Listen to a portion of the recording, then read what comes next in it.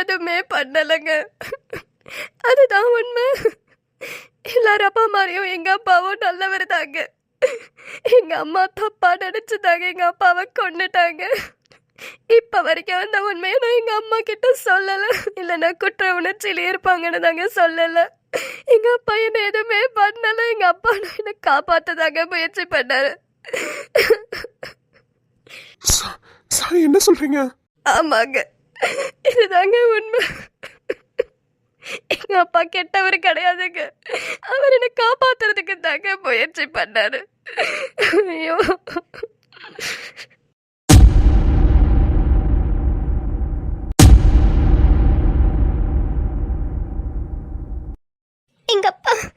எங்க அப்பாவும் எல்லாரும் அப்பா மாதிரியும் தான் என்னையும் ஜனனியும் நல்லா டேக் கேர் பண்ணி பாத்துக்குவாரு.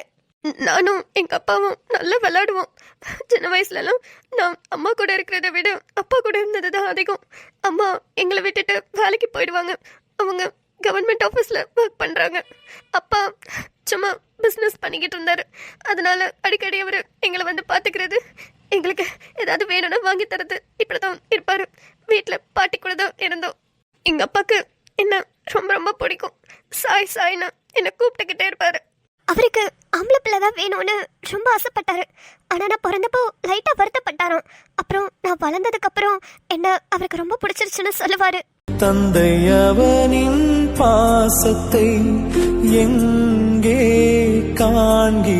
அடுத்தது ஆம்பளை பிள்ளை பிறக்கும்னு ரொம்ப ஆசைப்பட்டாங்க. அதுக்கப்புறமும் எனக்கு என் தங்கச்சி ஜனனி தான் பிறந்தா. இல்ல வேணாம் சார், அந்த ஸ்டாக் எங்களுக்கு செட் ஆகல. வேற ஸ்டாக் ஏதாவது மாத்தி கொடுக்க முடியுமா? ஆமா ஆமா ஆமா, அது எங்களுக்கு பிடிக்கல. ஜனனி, அப்பாக்கு சாயதான் ரொம்ப பிடிக்கும். ஜனனி தான் பிடிக்கும். Okay sir. கரெக்டா அனுப்பிடுங்க. அப்பா அப்பா சாயக்கா. என்னடா தங்கம்? சாய்மா, என்னம்மா? பாப்பாவை எதுவும் சொன்னியா? இல்லப்பா, உங்களுக்கு என்னதான் பிடிக்கும்னு சொன்னேன். அதாலூரா. பாப்பா பாவம் இல்லம்மா, அப்படி எல்லாம் சொல்லக்கூடாது என்ன? சரிப்பா. ஜனனி குட்டி, அக்கா சும்மா சொல்றடா, சும்மா. இப்படிதான் எங்க அப்பா எங்க 2 பேரையும் நல்லா பாத்துக்குவாரு. நல்லா ஜாலியா விளையாடுவாரு. எங்களை அவர் பக்கத்திலே வச்சுட்டு இருப்பாரு. ஆனா எங்க 2 பேரையும் மட்டும்தான் எங்க அம்மா கிட்ட ரொம்ப கோவமா தான் பேசுவாரு. எங்க அம்மாக்கும் எங்க அப்பாவுக்கும் அடிக்கடி சண்டை வரும். எங்க அம்மா பாவம் எப்போதுமே எங்க அப்பா கிட்ட திட்டு வாங்கிட்டே தான் இருப்பாங்க. என்னங்க? சொல்லு. இல்ல, பர்ஸ்ல 2000 ரூபாய் காசு வச்சிருந்தேன், காணோம். அதான் எடுத்தீங்களான்னு கேக்குறேன். ஆமா, நான் தான் எடுத்தேன். சரிங்க, மீதி காசு கொடுங்க. நான் போய் வீட்டுக்கு தேவையான காய்கறி எல்லாம் வாங்கிட்டு வரேன். மீதி காசெல்லாம் இல்ல, 2000 ரூபாயும் செலவாயிடுச்சு. செலவாயிடுச்சா? யாரை கேட்டு பார்த்த செலவு பண்ணீங்க? ஏன் நான் யாரை கேட்கணும்? செலவு பண்றதுக்கு நான் யாரை கேட்கணும்? எங்க நீங்க யாரையும் கேட்க வேணாம். இருந்தாலும் என்கிட்ட ஒரு வார்த்தை சொல்லிருக்கலாம்ல. அதை வச்சுதான் இப்ப நான் எல்லாமே வாங்கணும். ஒரு காய் கூட வீட்டுல இல்லைங்க. ஏன் வெங்காயம் தக்காளி கூட இல்ல. நான் அதை வச்சுதாங்க வாங்கலாம்னு யோசிச்சுட்டு இருந்தேன். நீங்க அதை எடுத்துட்டு போய் செலவு பண்ணிட்டு இப்ப நான் எதை வச்சு நான் காய்கறி எல்லாம் வாங்குவேன்? அதான் சொல்றல, செலவாயிடுச்சுன்னு. அப்படி என்ன செலவு உங்களுக்கு? அவனுங்க கூட சேர்ந்து குடிச்சு தானே. நான் தான் அப்பையில இருந்து சொல்றேன்லங்க, அவங்க கூட சேராதீங்கன்னு. என் பேச்சு ஏதாவது ஒரு தடவையாவது கேளுங்களேங்க. நான் என்ன பண்றேன் ஏது பண்றேன் எல்லாம் எனக்கு தெரியும். நீ ஒன்னும் எனக்கு அட்வைஸ் பண்ணணும்னு அவசியம் இல்ல. எங்க நம்ம 2 பொம்பளை பிள்ளைங்க வச்சிருக்கோங்க. அவங்க 2 பேருக்கும் கல்யாணத்துக்கு நகை சேர்க்கணும், படிப்புக்கு செலவு பண்ணணும், நம்மளுக்கு குடும்ப செலவு இருக்கு. இத்தனைத்தையும் வச்சுட்டு இப்படி எல்லாத்தையும் குடிச்சே அழிக்கிறீங்களேங்க. கொஞ்சமாவது உங்களுக்கு நியாயமா இருக்கா? தனியா நீங்க மட்டும் குடிச்சா கூட ஓரளவுக்கு ஒத்துக்கலாம். அது அவனுங்க எல்லாத்துக்கும் நீங்களே வாங்கி தரீங்க. நீங்களும் சேர்ந்து குடிச்சு அவனுங்க கூடயே சேர்ந்து அழிஞ்சு போறீங்க. நீங்க எல்லாரும் ஒரே பிசினஸ் தாங்க பண்றீங்க. கண்டிப்பா உங்க மேல அவங்களுக்கு ரொம்ப காண்டல தான் இருப்பாங்க. எல்லாத்தையும் விட நீங்க தான் இப்ப மேல இருக்கீங்க. உங்களை இறக்கி விடுறதுக்கு என்ன வேணாலும் பண்ணுவானுங்க. கொஞ்சமாவது நான் சொல்றதை கேளுங்களேங்க.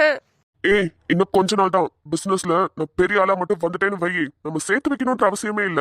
எல்லாத்தையும் அப்படி அப்படியே செலவு பண்ணாலே நம்மளுக்கு நிறைய காசு நிக்கும். என் ஃப்ரெண்ட்ஸை பத்திலாம் தப்பா பேசுற வேலை வச்சுக்காத. இதுதான் உனக்கு லாஸ்ட். இதுக்கப்புறம் அவனுங்களை ஏதாவது தப்பா பேசினா உறைஞ்சு பல்லெல்லாம் கழட்டிடுவேன். எப்படியோ நாசமா போனோன்னு முடிவு பண்ணியாச்சு. எப்படி போனா என்ன? இப்படிதான் எங்க அம்மாவும் அப்பாவும் அடிக்கடி சண்டை போட்டுக்கிட்டே இருப்பாங்க. எங்க அம்மா ரொம்ப நாளா சொல்லிக்கிட்டே இருந்தாங்க, அவங்க ஃப்ரெண்ட்ஸ் கூட சேர்ந்து குடிக்காதீங்க, குடிச்சா நீங்க சுயநினைவை இழந்துருவீங்க, அதுக்கப்புறம் அவனுங்க என்ன பண்ணுவானுங்கன்னே தெரியாதுன்னு அடிக்கடி சொல்லிக்கிட்டே தான் இருப்பாங்க. ஆனா எங்க அப்பா கேட்கவே இல்லை. அவருக்கு எப்போதும் அவரோட ஃப்ரெண்ட்ஸ் தான் முக்கியம்னு எனி டைம் குடிச்சுக்கிட்டே தான் இருந்தாரு. நாங்களும் சொல்லுவோம், அப்பா குடிக்காதீங்கப்பா, எங்களுக்கு பயமா இருக்குன்னு சொல்லுவோம். ஆனா எங்க அப்பா, நீங்க பயப்படக்கூடாது, நான் இருக்கேன்ல, நான் குடிச்சாதான் என்னால அடுத்து வேலை பார்க்க முடியும், அப்படி இப்படின்னு நாங்க சின்ன பிள்ளைங்களன்னு எங்களை ஏமாத்திக்கிட்டே தான் இருந்தாரு. இப்படியே எங்களோட நாட்கள் ரொம்ப மோசமாக கடந்து போய்கிட்டு இருந்துச்சு. ஆனால் அப்பாவுக்கு பிஸ்னஸ் மட்டும் நல்லா வளர்ந்துட்டு இருந்துச்சு. பிஸ்னஸ்ஸு காசு அப்படி இப்படின்னு வளர்ந்துட்டு இருந்ததுல எங்களோட சந்தோஷம் நிம்மதி எல்லாமே ஒன்று ஒன்றா குறைய ஆரம்பிச்சது. அப்புறம் ஒரு நாள் அப்பாவுக்கு திடீர்னு ரொம்ப உடம்பு சரியில்லாமல் போயிடுச்சு. அப்போ தான் ஹாஸ்பிட்டலில் சொன்னாங்க, இதுக்கப்புறமா ட்ரிங்க்ஸ் பண்ணால் அவரோட உயிருக்கே ஆபத்துன்னு சொல்லிட்டாங்க. அதிலிருந்து அப்பா ட்ரிங்க்ஸ் பண்ணுறது கொஞ்சம் கொஞ்சமாக நிறுத்திட்டாரு. எங்கள் கூட சந்தோஷமாக இருக்கிறது, பிஸ்னஸை டெவலப் பண்ணுறது, ட்ரிங்க்ஸே இல்லாமல் ஒரு மாதிரி குடும்பம் நடுவில் ரொம்ப சந்தோஷமாக இருந்துச்சு.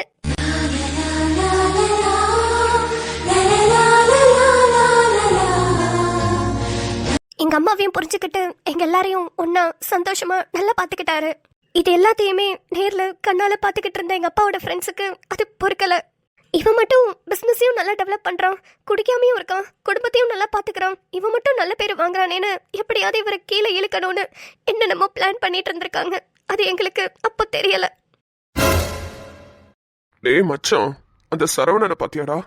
அவன் மட்டும்தான்டா பிசினஸையும் நல்லா டெவலப் பண்ணிக்கிறான், குடிக்கவும் வரமாட்டேங்கிறான், குடும்பத்தையும் நல்லா பாத்துக்கிறான். எப்படி இருக்கான் பாத்தியா?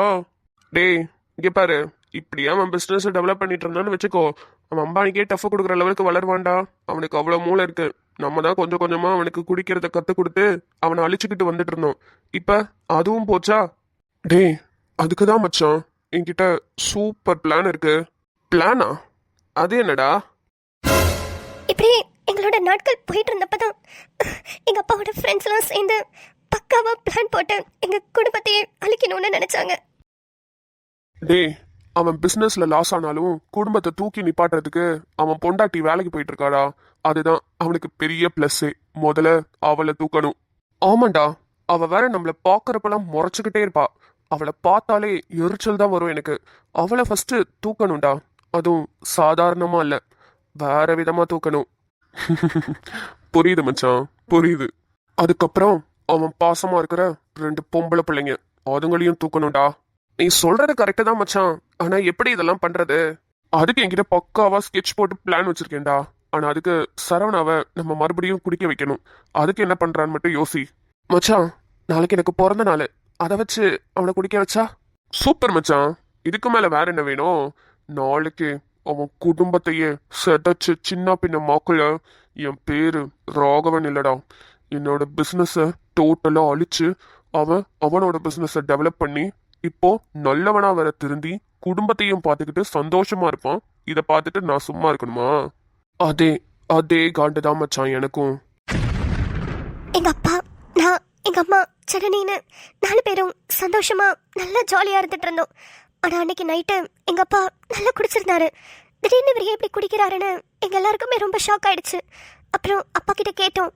கேட்டப்போ என் ஃப்ரெண்ட்ஸ் ரொம்ப கம்பல் பண்ணாங்கம்மா, வேற வழி இல்லாமல் நான் குடிச்சிட்டு வந்துட்டேன், இதுக்கப்புறம் நான் குடிக்க மாட்டேன்னு எங்கள் அப்பா எங்கள் மேலே சத்தியம் பண்ணாரு.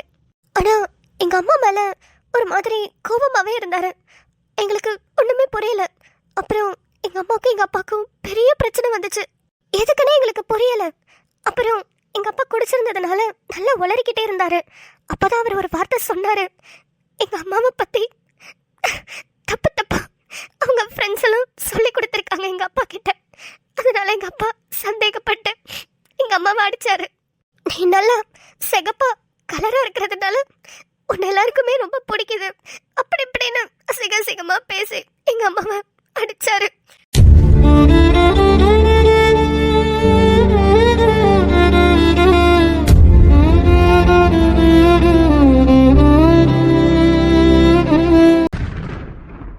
அன்னைக்கு அப்பா பேசினது எனக்கு சுத்தமாக பிடிக்கல.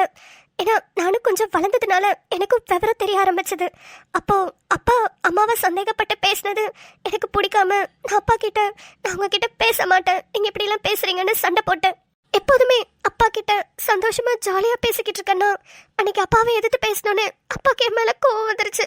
அன்னைக்கு நைட்டு ரொம்ப நாள் கழிச்சு குடிச்சிருந்ததுனால அப்பாவுக்கு வாமிட்டாக வந்துக்கிட்டே இருந்தது. அம்மா என்னையும் ஜனனையும் ரூம்ல தூங்க வச்சுட்டு அப்புறம் அதெல்லாம் க்ளீன் பண்ணிட்டு மறுபடியும் அம்மாவுக்கும் அப்பாவுக்கும் சண்டை வந்துடுச்சு. அந்த சண்டையில அம்மா மேல இருந்த கோவத்துல அப்பா தெரியாம ஒரு வார்த்தை விட்டுட்டாரு. நீயும் ஒரு பொம்பளை தான், நான் பெத்து வச்சிருக்கிறதும் 2 பொம்பளைங்க தான், எல்லாரும் சேர்ந்து என்ன அடக்கி ஆளலான்னு பாக்குறீங்களா? உங்க 3 பேரையும் நான் சும்மா விட மாட்டேன்னு சொல்லிட்டாரு. அந்த வார்த்தையை கேட்டதுல இருந்து அம்மா ரொம்ப பயந்துட்டாங்க. அவங்களுக்கு அடுத்த நாள் என்ன பண்றதுன்னே தெரியல. ஆனா அந்த அடுத்த நாள் ஏடா வந்துச்சுன்னு இப்ப வரைக்கும் வேதனைப்பட்டுக்கிட்டு இருக்கேன். வழக்கம் போல எல்லா நாள் மாதிரியும் அந்த நாள் காலையில எல்லாருக்குமே ஆரம்பிச்சது. நான் ஸ்கூலுக்கு கிளம்பிக்கிட்டு இருந்தேன். அம்மா வேலைக்கு போகும்போதே போதும் ஜனனியும் கூட்டிட்டு போயிடுவாங்க. அதே மாதிரி அவளை கூட்டிட்டு போயிட்டாங்க. அப்பா வீட்டில் தான் இருந்தாரு. பாட்டி ஒரு வேலை விஷயமா ஊருக்கு போயிருந்தாங்க. காலையிலே நடு வீட்டில் உட்காந்து குடிச்சிட்டு இருந்தது அம்மாக்கு மறுபடியும் ரொம்ப கோவம் வந்துருச்சு. திட்டினாங்க, சண்டை போட்டாங்க. ஆனா அப்பா கேட்கவே இல்லை. நேற்று நான் அப்பாவை எதிர்த்து பேசினதுனால அப்பாவுக்கு கோவமா இருந்தாரேன்னு நான் அப்பா கிட்ட பேசுறதுக்காக போனேன். அப்பா அப்பா சாரிப்பா, நேற்று நான் உங்ககிட்ட ரொம்ப கோவமா நடந்துக்கிட்டேன். நான் அப்படி நடந்துக்கிட்டது தப்புதான்ப்பா, என்னை மன்னிச்சிருங்க. ஆனா நீங்க அம்மாவா பேசினது எனக்கு பிடிக்கலப்பா. நானும் ஒரு பொண்ணு தான். நாளைக்கு கல்யாணம் ஆகி போன பிறகு என்னோட ஹஸ்பண்ட் என்ன இப்படி பேசினா உங்களுக்கு கஷ்டமா இருக்கும்ல, அது மாதிரி தானேப்பா அம்மாவும். ப்ளீஸ்ப்பா அம்மாவை அப்படி பேசாதீங்கப்பா. இங்க பாரு சாய், நீ படிக்கிற வேலையை மட்டும்தான் பார்க்கணும். சும்மா அது இதுன்னு யோசிச்சு நீ படிப்புல கோட்டை விட்டுறாத என்ன? ஆ சரிப்பா. ஆனா அந்த நிமிஷம் எனக்கு தெரியல நான் அப்பதான் அப்பாவை கடைசியா பார்ப்பேன்னு. அதுதான் நான் அவர்கிட்ட பேசின கடைசி வார்த்தைனும் எனக்கு அந்த நிமிஷம் தெரியல. நான் ஸ்கூலுக்கு கிளம்பி போயிட்டேன். அம்மா ஜனனியை கூட்டிட்டு வேலைக்கு போயிட்டாங்க. அதுக்கப்புறம் அப்பா அவர் ஃப்ரெண்ட்ஸோட மறுபடியும் சேர்ந்து அன்னைக்கு ஃபுல்லா ஒரு செகண்ட் கூட விடாம ஃபுல்லா குடிச்சிட்டே தான் இருந்திருக்காரு.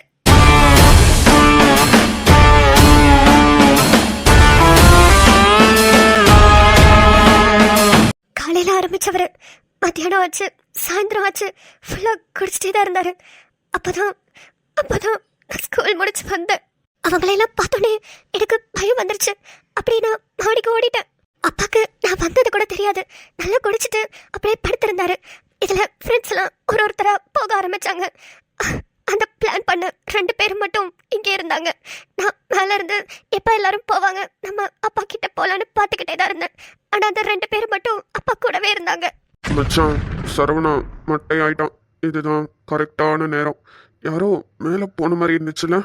ஆமா மச்சான், நானும் யாருன்னு கவனிக்கல. ஆனா அவன் பொண்டாட்டியா தான் இருக்கும்னு நினைக்கிறேன். அப்பனா இதுதான் அவளை தூக்குறதுக்கு கரெக்டான டைம். வா மச்சான், இவன் எந்திரிக்கிறதுக்குள்ள நம்ம மேல போலாம்.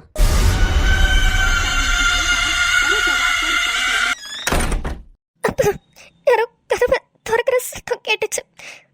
அண்ணாந்து பார்த்தப்போ எங்க அப்பாவோட 2 ஃப்ரெண்ட்ஸ் மட்டும் இருந்தாங்க. என்ன அங்கிள் இங்க வந்திருக்கீங்கன்னு கேட்டேன். அதுக்கு அவங்க, உங்க அப்பா ரொம்ப குடிச்சிருக்காருமா, அவனை எழுப்பி பார்த்தோம், எழுப்ப முடியல அப்படின்னு சொன்னாங்க. நீங்க போங்க அங்கிள், அம்மா இப்ப வந்துருவாங்க, நான் பாத்துக்கிறேன்னு சொன்னேன். உங்க அம்மா இன்னும் வரலையா? இல்ல அங்கிள், இப்ப வந்துருவாங்க. அப்படி அப்படி சொன்னது மட்டும்தான் எனக்கு தெரியும். அதுக்கப்புறம் நடந்தது எதுவுமே எனக்கு தெரியல.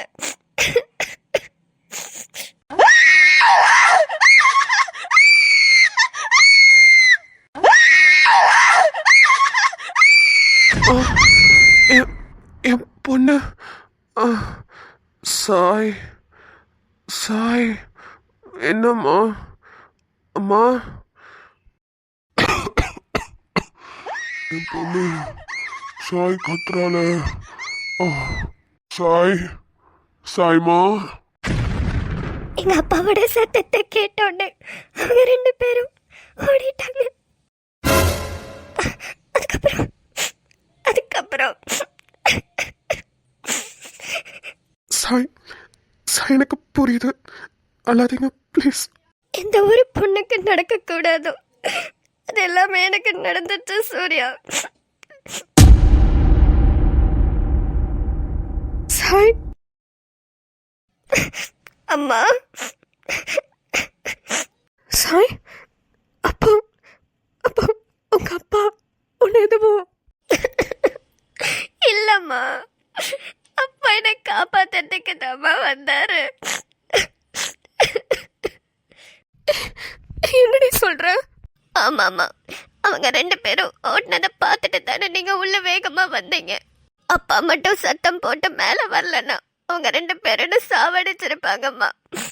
அப்பா மேல வந்ததுக்கு அப்புறம் அவங்க 2 பேரும் வேகமா கீழே ஓடினாங்க. அப்பா நீங்க என்னோட ரூம்ல அப்பா நின்னுட்டு சாய் சாய்னு கத்தும் போது தானே நீங்க உள்ள வந்தீங்க. உடனே நான் ரத்தத்துல இருந்ததை பார்த்துட்டு அப்பாவை கீழே தள்ளி விட்டுட்டு என்னை காப்பாத்த வந்தீங்கல்லம்மா. என்னடி சொல்ற? அப்ப உங்க அப்பா எந்த தப்பும் பண்ணலையா? அப்பா பண்ண ஒரே தப்பு குடிச்சது மட்டும்தாம்மா. ஐயோ, இது தெரியாம அந்த மனுஷன் தான் உன்னை ஏதோ பண்ணிட்டாருன்னு நினைச்சு அவனை வேகமா தள்ளி விட்டுட்டேன்டி. அந்த ஆளு கீழே விழுந்து தலையில அடிபட்டு தானே செத்து போனா. ஆமாம்மா. அதுனா சூர்யா சாயோட கதையை ஃபுல்லாவே கேட்டுட்டாரு. இதுக்கப்புறம் சூர்யா சாயை ஏத்துப்பாரானா? தெரியல ஜனனி. அப்படி ஒரு வேலை அவன் ஏத்துக்கிட்டான், சத்தியமா அவனுக்கு கோவில் கட்டி தான் கும்பிடணும். எனக்கு ஒரு மாதிரி இருக்குண்ணா. வெளியே போலாமா? என்னாச்சு ஜனனி? தெரியலண்ணா, சாய் அழுவறத பார்த்தாலே ஒரு மாதிரி மயக்கம் வர மாதிரி இருக்கு. வாண்ணா போலாம். சரி வா போலாம். ஜனனி, என்ன சாப்பிடுற? அதினா எனக்கு எது வருதாலும் ஓகே தான், ஆனா டீ இருந்தா பெட்டரா இருக்கும். ஏண்டி அழுது தொண்டை எல்லாமே எப்படி இருக்கு பாரு, வாய்ஸே சேஞ்ச் ஆயிடுச்சு. சரி ஓகே இரு, நான் மணி வர 10 ஆயிடுச்சு.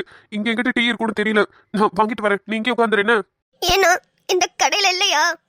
இல்லையாம்மா, டீ காஃபி எல்லாம் முடிஞ்சிச்சோம். நானே ஒரு சின்ன பிரச்சனைங்க, அதான் இங்க வந்திருக்கோம். ஒரு 10 நிமிஷம் இங்க உட்காந்துட்டு போறோம்னு சொல்லிட்டு வந்தேன். நீ இங்கே உட்காந்துரு, நான் பக்கத்துல எங்கேயாவது டீ கிடைக்குமான்னு பாத்துட்டு வரேன். சரிண்ணா. கையில போன் வச்சிருக்கல? இல்லண்ணா, அங்க கடையில வச்சுட்டு வந்துட்டேன். சரிந்தா, இந்த போனை கையிலே வச்சுக்கோ. அப்படி கடையை க்ளோஸ் பண்றேன்னு சொன்னாங்கன்னா வெளியே வந்து நின்று. நான் ஏதாவது வர லேட் ஆச்சுன்னா வேற யார் போனையாவது வாங்கி என் நம்பருக்கு நான் கால் பண்றேன், நீ அட்டன் பண்ணேன்னு. ஓகேண்ணா. அல்லாம இரு ஜனனிமா, இப்ப வந்துடுறேன். சரி. மணி நைட்டு 10 ஆகுது. அண்ணனும் திரும்பி வீட்டுக்கு வரல. என்ன திட்டிட்டு போனேன், இவரும் இன்னும் வரல. அண்ணனுக்கு கால் பண்ண அண்ணனும் எடுக்க மாட்டேங்குது, இவருக்கு கால் பண்ணா இவரும் எடுக்க மாட்டேங்கிறாரு. அப்படி என்னதான் பண்றாங்க? கேட்டா போலீஸ் ஸ்டேஷன்ல இருந்து யாரோ கால் பண்ணாங்கன்னு சொன்னாரு. அப்ப பேசினது லேடியா இருக்குன்னு சொன்னா லேடி கான்ஸ்டபிள்னு சொல்லிட்டு போனாரு. ஆனா லேடி கான்ஸ்டபிள் யாராவது வாடி போடின்னு பேசுவாங்களா? அப்படிதான் அவர் பேசிட்டும் போனாரு. இப்போ கால் பண்ணா எடுக்கல. அப்போ என்னதான் பண்றாரு? மறுபடியும் கால் பண்ணி பாப்போம். சாய், நீ கவலைப்படாதடி. உன்னோட நல்ல மனசுக்கும் உன்னோட நல்ல குணத்துக்கும் நீ அனுபவப்பட்டுட்டு வந்த நிறைய விஷயத்துக்கும் நீ நல்லா இருப்ப சாய். உன்னோட லைஃப்ல நீ நிறைய கஷ்டங்களை அனுபவிச்சுட்டு, ஆனா இனிமேலாவது சூர்யா உன்னை புரிஞ்சுக்கிட்டு உன்னை ஏத்துக்கிட்டு உன்னை கண்டிப்பா நல்லா பாத்துக்குவாரு பாரு. யார் அது? என்னன்னு சேவ் பண்ணிருக்காரு? என்னன்னா தெரியலையே. அது எடுங்க, ரொம்ப நேரமா கால் பண்ணிக்கிட்டே இருக்கேன். ப்ளீஸ் ஃபோன் அட்டன் பண்ணுங்க. ஹலோ, யாரு? இது ஒரு பொண்ணு பேசுறா, அதுவும் நைட்டு 10 மணிக்கு. குரலெல்லாம் ஒரு மாதிரி பேசுறா. அப்போ ஆதி, ஹலோ யாருன்னு கேட்குறல்ல? சாரிங்க, ராங் நம்பர். என்ன கட் பண்ணிட்டாங்க? ஆனால் அது நிலா வாய்ஸ் மாதிரிலாம் இருந்தது. ஓ, அதுதான் என்னென்ன சேவ் பண்ணியிருக்காரா? சரி, இப்போ நம்ம கூப்பிட்டா ஏன் இங்கே இருக்க, ஏன் நீயும் ஆதியும் ஒன்றா இருக்கீங்க, ஏதாவது பிரச்சனையான நோண்டி நோண்டி கேட்பா. வேண்டாம், ஆதி நான் வந்ததுக்கப்புறம் அவரே பேசிக்கிட்டோம். வணக்கம் மக்களே, நான் உங்களோட சாய். நான் உங்களோட சூர்யா. இன்னைக்கு ஸ்டோரி கண்டிப்பா ரொம்ப டச்சிங்காகவும் ரொம்ப சென்சிட்டிவாகவும் இருந்திருக்கும். ஃபர்ஸ்ட் ஒரே ஒரு சின்ன விஷயம் மட்டும் நான் கிளியர் பண்ணிக்கிறேன். ஸோ எல்லாருக்குமே உங்களுக்குள்ள தோன்ற விஷயம் என்னன்னா, இது ஜஸ்ட் ஒரு ரிலாக்ஸேஷனுக்காக, ஒரு டைம் பாஸ்க்காக நாங்கள் பார்க்க வர வீடியோ. இதில் வந்து இவ்வளோ சென்சிட்டிவாக இவ்வளோ தூரம் கஷ்டப்படுத்துற மாதிரி ஒரு வீடியோ நீங்கள் எபிசோட் கொண்டு வரணுமா அப்படின்னு உங்கள் மைண்டில் தோணும், கண்டிப்பாக தோணும். அதுக்கு இப்போ நான் ஒரு ஆன்சர் சொல்கிறேன். என்ன அப்படின்னு பார்த்தீங்கன்னா, நம்ம டே பை டே நிறைய விஷயங்கள் கிராஸ் பண்ணி ஃபேஸ் பண்ணிக்கிட்டு தான் வரும். ஆனால் அதை பெருசாக பேசுறதுக்கான பிளாட்ஃபார்ம் எங்கேயுமே கிடைக்காது, கரெக்டுங்களா? ஸோ அதே மாதிரி வந்து நம்ம சேனலில் நிறைய லவ் ஸ்டோரிஸ் பார்த்துருக்கோம், நிறைய காமெடிஸ் பார்த்துருக்கோம், கல்யாணம் பார்த்துருக்கோம், அப்புறம் டெலிவரிஸ் பார்த்துருக்கோம். இப்படி வந்து நிறைய பார்த்துட்டே வரப்போ இப்போ அட் ப்ரெசென்ட் ஃபேஸ் பண்ணிக்கிட்டு இருக்க ஒரு சுச்சுவேஷன் அப்படின்னா, இந்த ஜென்ரேஷனில் குழந்தைங்க இதில் வந்து ரொம்பவே பாதிக்கப்படுறாங்க. அதை வந்து ரீசெண்ட் டைம்ஸில் வந்து நியூஸ்லேயே இருக்கட்டும், இல்லை பேப்பரில் இருக்கட்டும், சோஷியல் மீடியா பிளாட்ஃபார்மில் நிறைய இடத்துல வந்து போடுறாங்க. பெரியவங்க ஃபேஸ் பண்ணுறது வேறு, பட் குழந்தைங்க ஃபேஸ் பண்ணுறது வந்து ரொம்ப ரொம்ப கஷ்டமாக இருக்குது. அதுக்கு ஒரு அவேர்னஸ் கொடுக்கணும் அப்படின்ற ஒரு விதமாக தான் வந்து சாயோட ஸ்டோரி இப்படி வந்து கிரியேட் பண்ணியிருக்கிறோம். இதில் வந்து என்னென்னு பார்த்தீங்கன்னா, சின்ன வயசில் இது மாதிரி ஆயிடுச்சு அப்படின்னா அது எப்படி பேரண்ட் ஹேண்டில் பண்ணுறாங்க, அந்த பொண்ணை எப்படி அதை வந்து ஓவர் கம் பண்ணி பெரிய ஆளாக வராங்க, அதை புரிஞ்சுக்கிட்டு, அதாவது இதெல்லாம் சின்ன வயசில் நடந்திருக்கு அப்படின்றத புரிஞ்சுக்கிட்டு ஒரு பையன் எப்படி அந்த பொண்ணுக்கு வந்து வாழ்க்கை கொடுக்குறாரு, அந்த பொண்ணை எப்படி அவர் டேக் கேர் பண்ணி பார்த்துக்கிறாரு, இதெல்லாமே தான் வந்து கொண்டு வரணும் அப்படிங்கிறதுக்காக இந்த ஸ்டோரி வந்து பர்டிகுலராக இந்த கேரக்டருக்கு வந்து கிரியேட் பண்ணது. இப்போ இந்த ஃப்ளாஷ்பேக்ல சாய்க்கு நடந்த மாதிரி ரியல் டைம்ல நிறைய குழந்தைங்களுக்கு நடந்திருக்கு. அது கண்டினியூ ஆகக்கூடாது அப்படின்னா அது யார் பார்த்துக்கணும் அப்படின்னா அந்த சொசைட்டியும் இந்த போலீஸும் இந்த கவர்மெண்ட் டிபார்ட்மெண்ட்டும் தான். பட் ஆனால் ஒரு வேலை நடந்துருச்சுன்னா அதை எப்படி வந்து ஹேண்டில் பண்ணுறது அப்படின்ற ஒரு அவேர்னஸ் வீடியோவாக தான் ஃபுல் அண்ட் ஃபுல் சாய் சூர்யாவோட ஸ்டோரி வந்து இருக்க போகுது. இதை யாருமே ரொம்ப ஹார்ட் டச்சிங்காவோ இல்லை வந்து ரொம்ப சென்சிட்டிவாவோ எடுத்துக்க வேண்டாம். இதை இன்னும் கொஞ்சம் டீப்பாக சொல்லணும்னு தான் ஆசை. பட் ஆனால் சொன்னால் ரொம்ப எமோஷனல் ஆகிடும். அதுக்காக தான் அப்படியே வந்து நார்மலாக பேசிக்காக அப்படி விட்டாச்சு. இப்போ இதுக்கப்புறம் நான் எப்படி சாயை பார்த்துக்க போகிறேன், எந்த மாதிரி வந்து அவங்கள ஹேண்டில் பண்ண போகிறேன், இப்படி ஒரு பொண்ணை நம்ம எப்படி பார்த்துக்கணும் அப்படின்றதெல்லாம் வர வீடியோஸில் நீங்கள் பார்ப்பீங்க. ஸோ கண்டிப்பாக உங்களுக்கு பிடிக்கும். இதுக்கப்புறம் எங்களோட ஸ்டோரி எமோஷ்னலாக இருக்காது. சாய் ரொம்பவே வந்து எமோஷ்னலாக நிறைய ஃபேஸ் பண்ணி வந்துட்டாங்க. இதுக்கப்புறம் அவங்களை சந்தோஷமாக பார்த்துக்க வேண்டியது இந்த சூர்யாவோட கடமை. கம்மிங் எபிசோட்ஸ் பார்த்து என்ஜாய் பண்ணுங்க. அண்ட் இந்த எபிசோட் கண்டிப்பாக எல்லாருக்கும் கஷ்டமாக தான் இருந்திருக்கும். அதை தாண்டி எப்படி இருந்துச்சு அப்படின்றத மறக்காம கமெண்ட் செக்ஷனில் சொல்லுங்கள். நாளைக்கு உங்களை மீட் பண்ணுறோம். பாய் பாய் மக்களே.